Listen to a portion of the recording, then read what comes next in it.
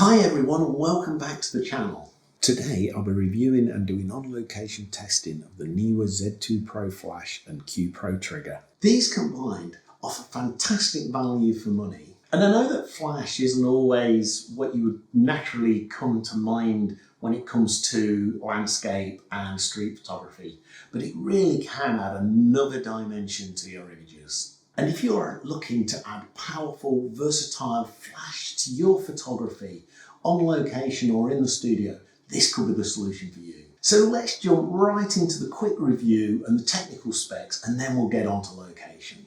First off, the Neewer Z2 Pro. Absolutely brilliant. I've got this on Canon. It's available for a whole range of different camera manufacturers such as Sony, Nikon, etc. This is a compact, powerful, and really surprisingly rich studio and on-location flash. And you can see how compact it is. It fits brilliantly on top of a camera as well as being able to use it remotely with the trigger, and it packs away into a bag superbly because of its small compact size despite its amazing power. It comes with a compact lithium battery which just slides in, charges via USB-C, and this gives hundreds of flashes, and this makes it a huge plus for on-location photography as well as the studio side. It also has high-speed sync up to 1/8000th of a second, which makes it absolutely ideal for all kinds of photography. It also supports through the lens metering as well as manual mode, so it gives you complete flexibility when capturing your image. It also has built-in 2.4 GHz wireless transmitter and receiver, so you can sync it to other flashes, and that's why I'll be using it today with the QPro Trigger, just to show you it's on and off camera when on location shortly. It also has a modeling light, which means that you can use this just for setting up your image and assessing the picture. And it also uses the standard Bones mount, which means that you can use it with a whole range of standard studio modifiers, such as softboxes, etc. It also has beautiful LCD screen on the back, control buttons, control dials, etc. And we're going to control this today with the QPro Trigger. And we'll be using this on location, but let's do a quick overview of this. This little guy just sits on top of the flash mount on your camera to control the actual X2 Pro wherever you may want to locate it. And we'll do this on location in different scenarios to give you an idea. Again, this is compatible. I've got the Canon version, but it's also compatible with Nikon, Sony, Fuji, Olympus, Panasonic as well, to give you an idea of what you can use it with. And it's got really intuitive buttons across the left-hand side and across the bottom of the LCD, and also a dial, so you can really give yourself that adjustment. Pro, it's full function, so you've got full ETL through the lens metering and also manual mode, so you've got full control of the X2 Pro.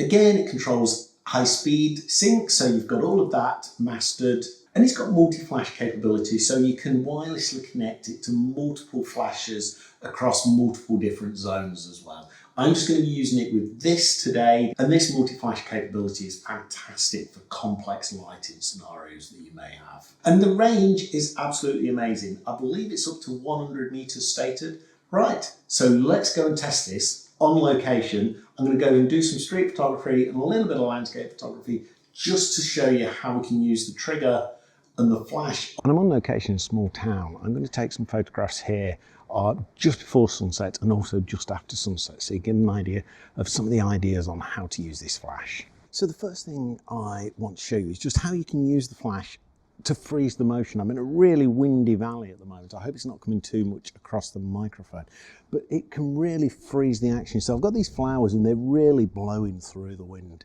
So let me capture this image and show you how you can use the flash to really freeze the image. And what I really like about this image is that you can freeze the action and really pull out the detail in it, even though it's moving. So you can use a faster shutter speed, so you're not blurring the movement. So I've now found another flower. This one's a little bit further out of the wind, but what we noticed on the last one was it really caught the white and it washed out and created shadows because it was camera mounted. Now to get rid of that, we've removed it and I've put it onto the trigger so that the trigger will now remotely set the flash off. And what I'm going to do here, you'll see a number of images. The first one I have taken front lit from the side. Notice we've got no shadows. The second one we have lit it from the side to really pull out the texture in the wall behind it. And I've done this from both sides, both from the left and the right, so you get a real idea of the kind of impacts that a flash can have. And here I'm using the flash, you can see it's embedded in the greenery. I'm using the flash to backlight these flowers here. And this is the impacts that you can have when the flash is actually remote from the camera. So this is the kind of image you can take. And again, it's very windy, so these were at a speed that we could freeze the wind blowing the flowers. And what I really like about these images is the ability of it to really provide us a colour contrast and a balance across the image, so we can see that we can really pick out the flower details. And here I'm at one of my favourite locations, which you may recognise from one of my other videos. I really like this location, but what I've not been able to do previously is detach my flashes from the camera, which I'm going to do today. So here's some before the sun sets, and then what I'm going to do is come back after the sun has set to create some really nice lighting effects. Okay, let's go find something else, and then we'll return after sunset for that particular setting and see what we can do with the flash once the sun has gone down and it's dark. And what I've actually done now is floor mount the flash. So it's about 2 meters below the flowers to really illuminate it underneath. And what this is doing is giving us a great bit of texture in the wall that with any other flash, especially head on, we would lose. So it's just starting to get dark now, and we're starting to light up some of the town. The church above with blue sky, blue hour sky is absolutely stunning. But what I really want to do is capture this fountain in all its glory. Now at the moment, because of the light, it really just looks like a kind of grey blob, I guess. There's no water running. So what I'm going to do is put the flash in the centre of this hollow fountain so that it illuminates and really gives us a great light and dark contrast within this fountain, and see what this comes out like.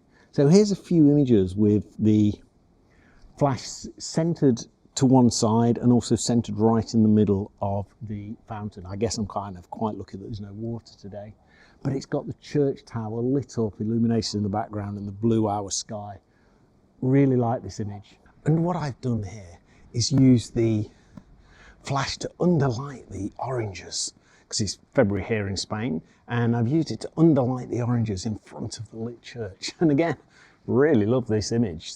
I think the flash for landscape photography is one of the most underrated tools that we possibly have. So here's some images of the tunnel after dark. I'm not sure I'm 100% happy with these, to be honest. I think I'm still learning how best to use a flash, and please let me know in the comments section down below what you think of these. So I do hope that you've enjoyed some of these images and the ideas that I've presented. I've really just used this tonight, a little bit on manual, a little bit on through the lens metering. I'm finding this flash absolutely phenomenal. It is so flexible on location. And if you've got any questions whatsoever, please do feel free to drop them down below. I always respond to comments and questions. This is relatively new to me, so hit that like and subscribe button, because as I learn more and learn more techniques, I'll be creating more videos using this flash. Please remember to like and subscribe to the channel, and also check out these videos next. Thank you very much for your time in watching this video, and until next time, thank you and see you soon.